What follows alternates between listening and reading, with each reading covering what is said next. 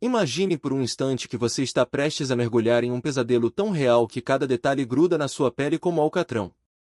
Foi assim quando, depois de mais uma dose daquela mistura mortal, a agulha entrou e saiu do meu braço, e o mundo simplesmente apagou. Não foi um desmaio comum. Foi como se alguém tivesse arrancado o chão sob meus pés e me lançado em um abismo sem volta. Quando recobrei a consciência, não estava mais no meu quarto. Estava em um lugar onde o ar pesava como chumbo, onde o cheiro de enxofre queimava os pulmões e onde cada respiração parecia sugar a vida para fora de mim. A escuridão ali não era apenas ausência de luz.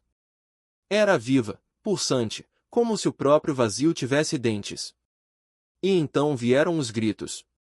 Não eram sons distantes, abafados, eram berros que rasgavam os tímpanos, vindos de almas que eu não conseguia ver, mas que sentia ao meu redor, como se estivessem espremidas contra mim. Era impossível descrever o que meus olhos captavam, corpos empilhados como lenha, deformados, retorcidos, alguns ainda se contorcendo em agonia. E os demônios? Criaturas que pareciam ter sido moldadas a partir de cera derretida, com rostos que pingavam como velas consumidas pelo fogo. Seus corpos eram distorcidos, quase líquidos, e suas mãos, Deus, aquelas mãos, se estendiam na minha direção, como se eu fosse a próxima presa. Eu não acreditava em nada disso antes. Nem em Deus, nem em céu, nem em inferno. Para mim, eram apenas histórias para assustar crianças. Mas ali, naquele instante, a realidade me esbofeteou com uma verdade que eu não podia negar. Eu estava no inferno. E não era uma metáfora.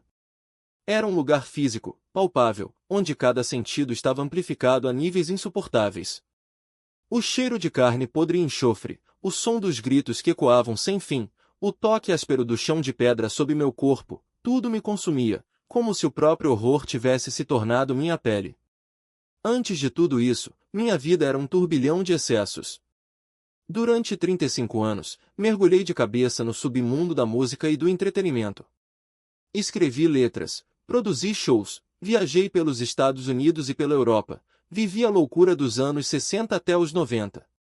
Mas a verdade é que eu era um homem quebrado, afogado em drogas, sexo e violência. Gastava $500 por dia em heroína e cocaína desde os 13 anos. Sobrevivi a acidentes de carro que deveriam ter me matado, a brigas com motoqueiros que terminavam com facas na mão, a noites em que dirigia bêbado e drogado, jogando carros esportivos contra muros e pontes. E, mesmo assim, sempre achei que era invencível. Que era eu contra o mundo.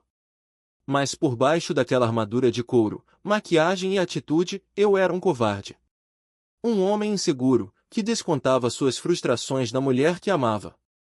Eu a agredi física e psicologicamente, destruí nossa família, deixei que minha filha crescesse no meio daquela loucura, vendo o pai se afogar em drogas, assistindo a shows onde eu me arrastava pelo palco como um animal ferido. Minha ex-mulher acabou levando nosso filho, e eu fiquei com a menina, mas nem isso me fez parar. Pelo contrário. A cada década, a dependência só piorava.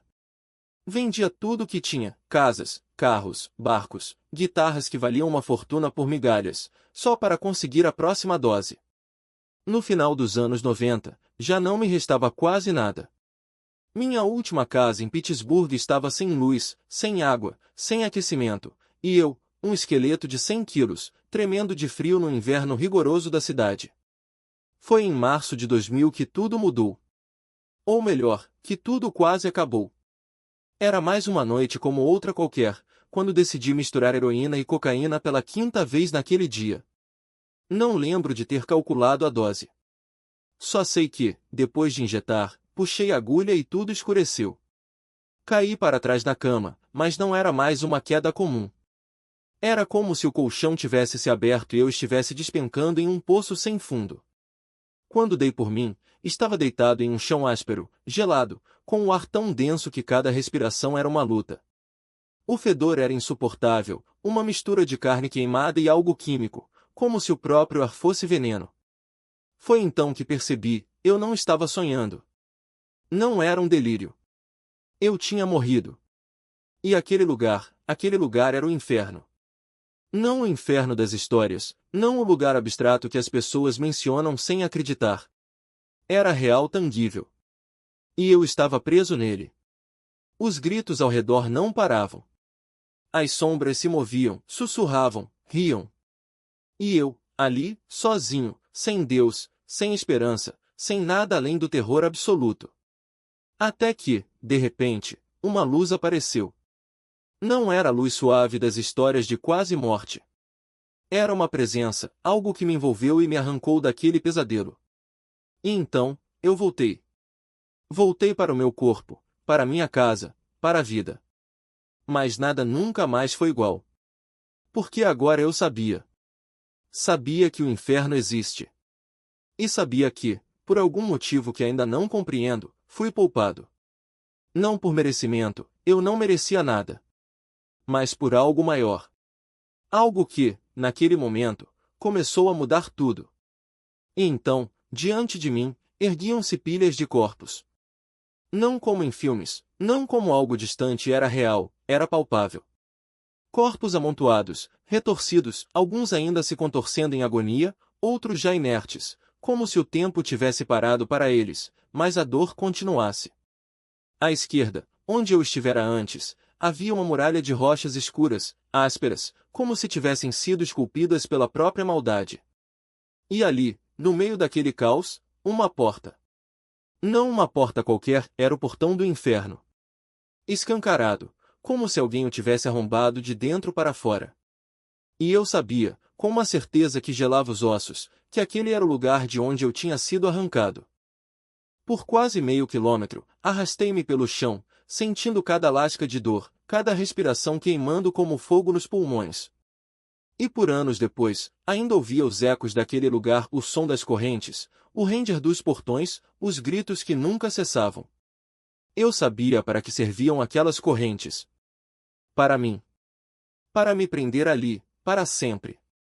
Porque a vida, afinal, não é uma festa. Não é um palco, não é um show. É um teste. E eu tinha falhado.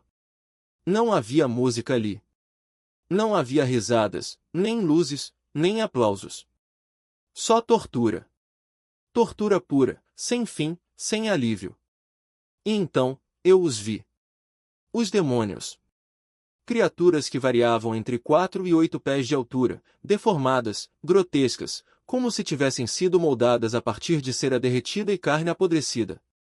Seus rostos eram máscaras de horror, bicos retorcidos, olhos vazios, bocas que se contorciam em sorrisos que não eram sorrisos. Alguns tinham corpos esfolados, como se tivessem sido queimados e deixados para apodrecer. E o cheiro. Deus, o cheiro. Era como carne podre misturada a enxofre, tão forte que parecia queimar as narinas por dentro. Mais tarde, entendi. Quando a luz de Cristo desceu ao inferno, aqueles demônios fugiram. Eles sabiam do poder dele. E eu também. Porque, naquele momento, eu soube que não havia escapatória. Não para eles. Não para mim se não fosse por algo maior.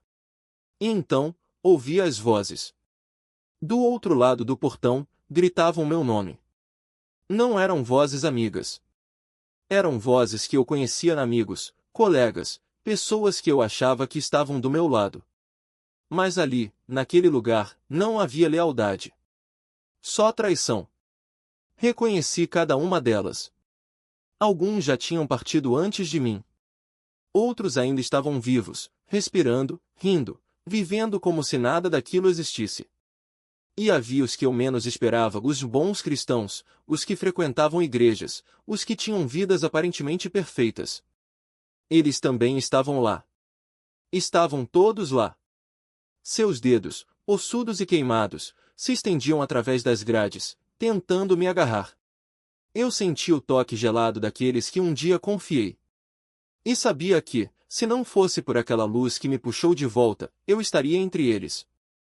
Para sempre. O tempo ali não existia. Não havia relógios, não havia dia ou noite. Mas depois, quando voltei, descobri que haviam se passado entre 7 e 8 horas desde que tudo começou. 7 horas de inferno. 7 horas que pareceram uma eternidade. Porque ali, não havia paz.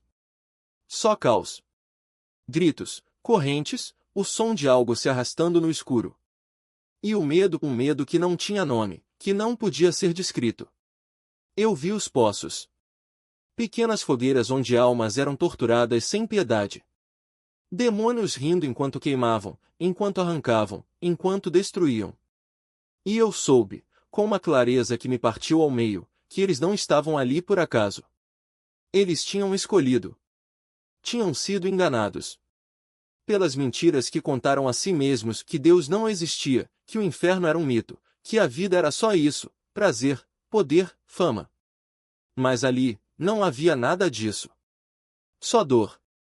Só arrependimento. Só a verdade nua e crua. Antes, eu não acreditava em nada. Não em Deus, não em céu, não em inferno. Mas naquele momento, eu estava lá. Eu vi. Eu senti. E quando a luz me puxou de volta, eu soube que não era por merecimento. Era por misericórdia. E essa misericórdia mudou tudo. Iluminado por dentro. Não eram palavras escritas em papel, mas verdades gravadas no meu espírito, como se cada versículo, cada promessa, cada advertência tivesse sido impressa em mim com fogo. E eu sabia. Não porque alguém me explicou, mas porque experienciei. Cada história, cada profecia, cada mandamento fazia sentido de um jeito que nenhum sermão, nenhum livro, nenhuma lógica humana poderia alcançar. Aquele brilho que me envolveu não era só luz, era conhecimento. Era como se Jesus tivesse aberto as páginas do céu e derramado o conteúdo direto na minha alma. Eu não precisava decorar. Eu era a palavra. E quando ele me disse, vai e fale aos meus filhos, não foi uma sugestão. Foi uma ordem nascida do amor mais puro que já senti. Não havia espaço para dúvida. Não havia como fugir. Eu tinha visto o inferno. Eu tinha sido arrancado dele. E agora, carregava dentro de mim a responsabilidade de contar. Os 20 dias que se seguiram foram diferentes de tudo. Não era como um sonho, nem como uma visão passageira. Era realidade. Jesus aparecia em momentos inesperados no meio da noite, enquanto eu lia a Bíblia pela primeira vez, ou até mesmo no silêncio de um quarto vazio. Às vezes, ele vinha como aquela figura de luz ofuscante, com raios de cores impossíveis dançando ao seu redor, como se o próprio universo se curvasse à sua presença. Outras vezes, era só uma voz suave, um sussurro que ecoava dentro de mim, você é meu. Eu te escolhi. E então, veio o dia em que ele me mostrou sua glória de verdade.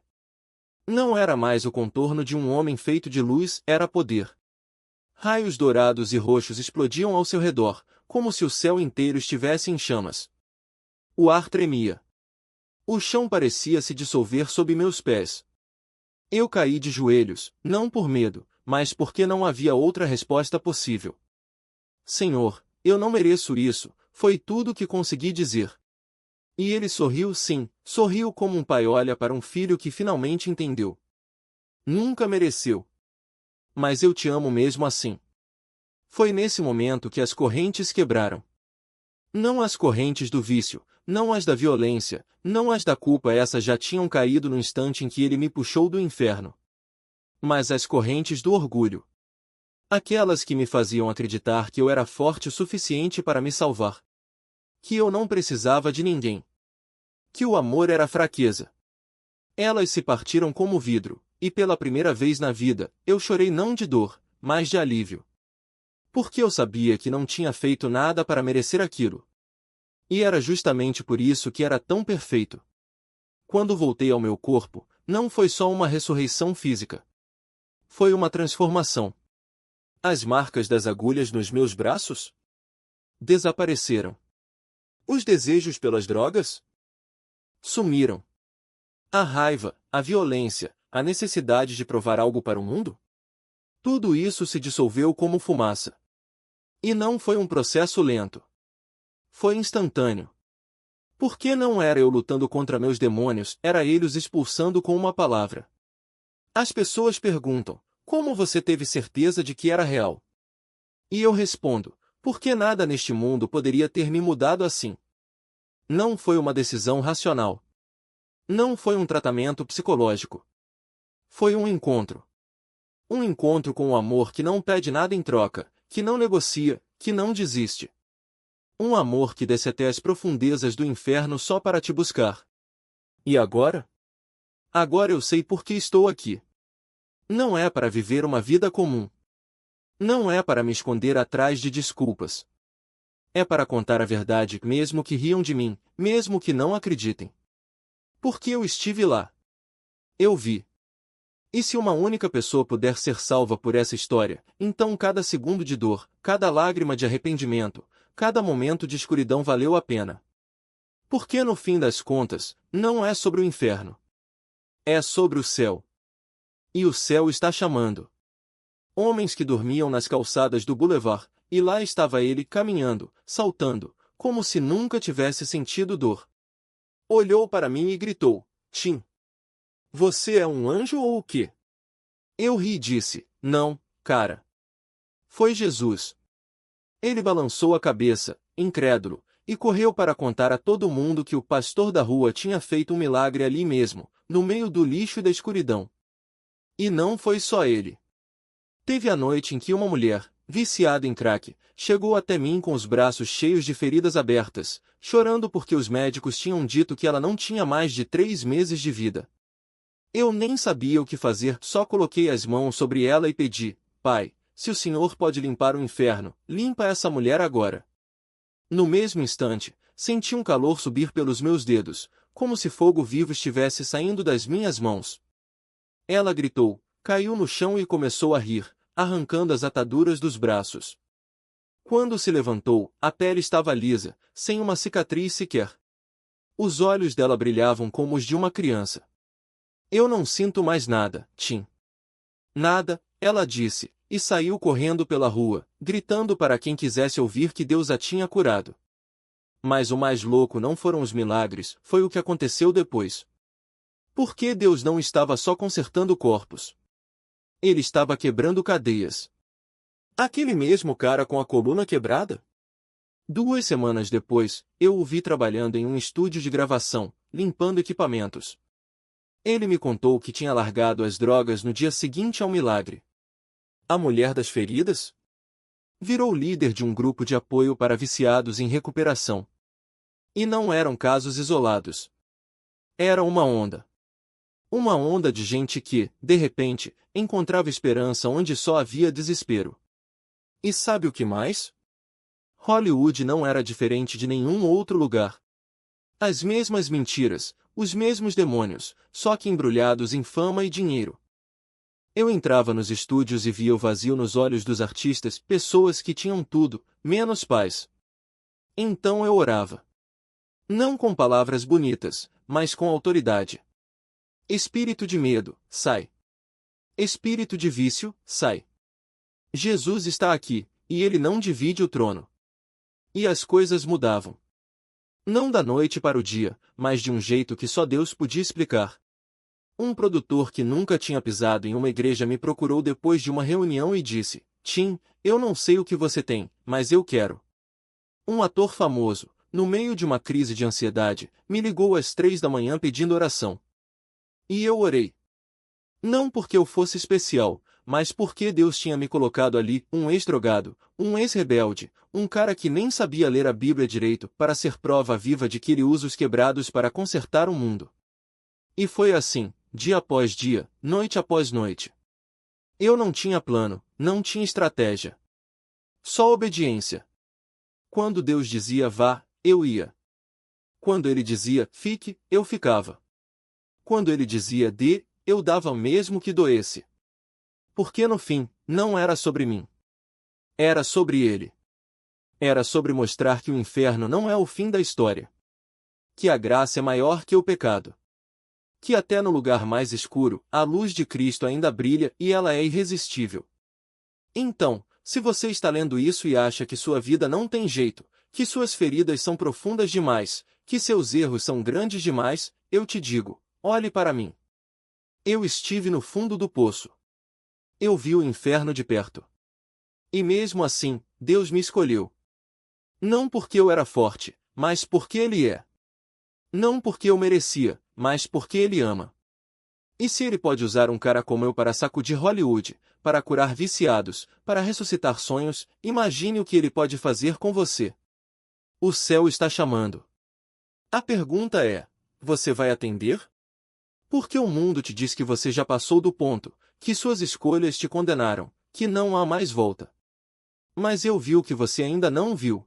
Vi homens que carregavam o peso de impérios de drogas, que negociavam vidas como moeda, se ajoelharem diante de um amor que eles nem sabiam que existia.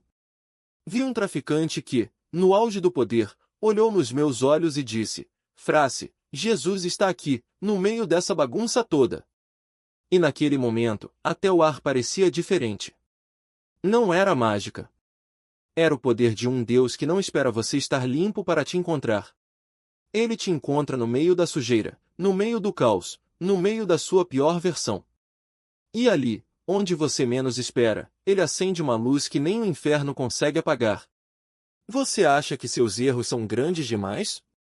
Eu vi um homem com câncer devorando o fígado, um tumor do tamanho de uma bola de boliche, médicos dizendo que não havia mais nada a fazer, e Deus dizendo: "Agora é a minha vez." Não foi um milagre bonitinho, daqueles que a gente vê em filmes. Foi um milagre cru, brutal, daqueles que fazem os médicos coçarem a cabeça e perguntarem: como é que isso aconteceu? Porque quando Deus decide agir, ele não pede permissão. Ele simplesmente faz. E se ele pode ressuscitar um corpo que já estava marcado para morrer, se ele pode transformar um traficante em um mensageiro de esperança, se ele pode me tirar do inferno e me colocar aqui, hoje, falando com você, o que ele não pode fazer na sua vida? Eu estive em Hollywood por anos, mas voltei para Pittsburgh porque Deus me lembrou de algo que o mundo esquece: família é o verdadeiro palco. Vi meu filho ser salvo. Vi minha família se curvar diante do mesmo Deus que me resgatou. E agora? Agora eu vejo meu filho caminhando para o ministério. Vejo histórias que precisam ser contadas. Vejo um filme que precisa ser feito. Porque se as pessoas pudessem ver, nem que fosse um vislumbre, do que eu vi, se elas pudessem sentir o terror do inferno e a glória do céu, não haveria mais desculpas. Não haveria mais amanhã. Haveria apenas um agora. Você já imaginou como é o trono de Deus? Eu vi. Não é um lugar de medo, mas de uma majestade que faz você cair de joelhos sem precisar ser empurrado.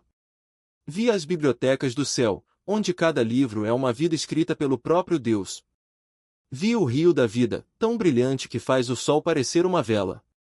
Vi árvores cujas folhas são feitas de luz, vi montanhas que brilham como diamantes, vi até mesmo a sombra de uma folha de grama ter mais vida do que tudo que existe aqui na terra. E sabe o que é mais louco? Tudo isso, tudo, é apenas um pedacinho do que nos espera. E você vai trocar isso por mais um dia de dúvida? Por mais uma noite de vou pensar nisso depois? O tempo aqui é um vapor. A Bíblia diz isso, e eu vi com meus próprios olhos. Você pode viver 80 anos, 100 anos, mas no fim, tudo que você vai ter são dois lugares, um onde a dor nunca acaba, e outro onde a alegria nunca tem fim. E a escolha não é sobre ser bom. É sobre ser dele. Porque eu vi gente boa no inferno. Gente que achava que suas boas ações eram suficientes. Mas o céu não é um prêmio para os que se esforçam, é um presente para os que se rendem.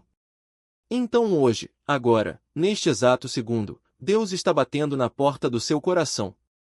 Não é coincidência você estar lendo isso. Não é acaso você ter chegado até aqui. É o seu dia de visitação.